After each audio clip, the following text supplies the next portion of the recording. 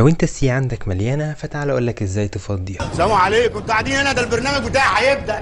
اول حاجه وهي الطريقه العاديه ان انت هتدوس على زرار الويندوز وحرف الار وتكتب فيها كلمه تمب وتخش تمسح الملفات اللي فيها.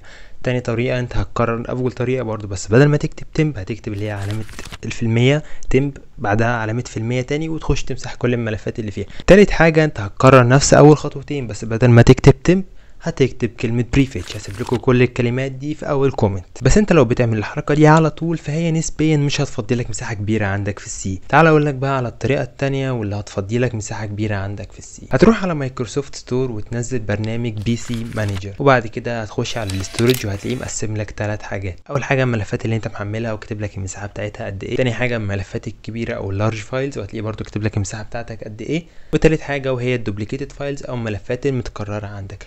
ممكن تختار البارتيشن اللي عندك يكون السي بس، او ممكن تختار ان هو يعمل سكان لكل الاستورج بتاعتك. هتخش انت بقى هنا تختار السي وتمسح الدوبليكيتد فايلز اللي فيها، هتلاقيه كاتب لك البوست بتاع كل ملف والمتكرر بتاعه. هتخش تفتح ده وتفتح ده وتشوفهم هم ولا لا، والمتكرر امسحه. بس خلي بالك بقى هنا في تريك، انت لو منزل برامج كراك زي مثلا برامج ادوبي فوتوشوب وبريمير هتلاقي الكراك ده متكرر في كل الفايلات بتاعت كل البرامج، فاوعى تمسحه لان البرنامج مش هيفتح معاك. ولو عايز تعرف انا ازاي بشوف الفايلات من غير ما افتحها فاكتب لي في الكومنتس واعمل لك فيديو عليها. وبس كده، متنساش تعمل لايك وفولو عشان يوصلك كل جديد.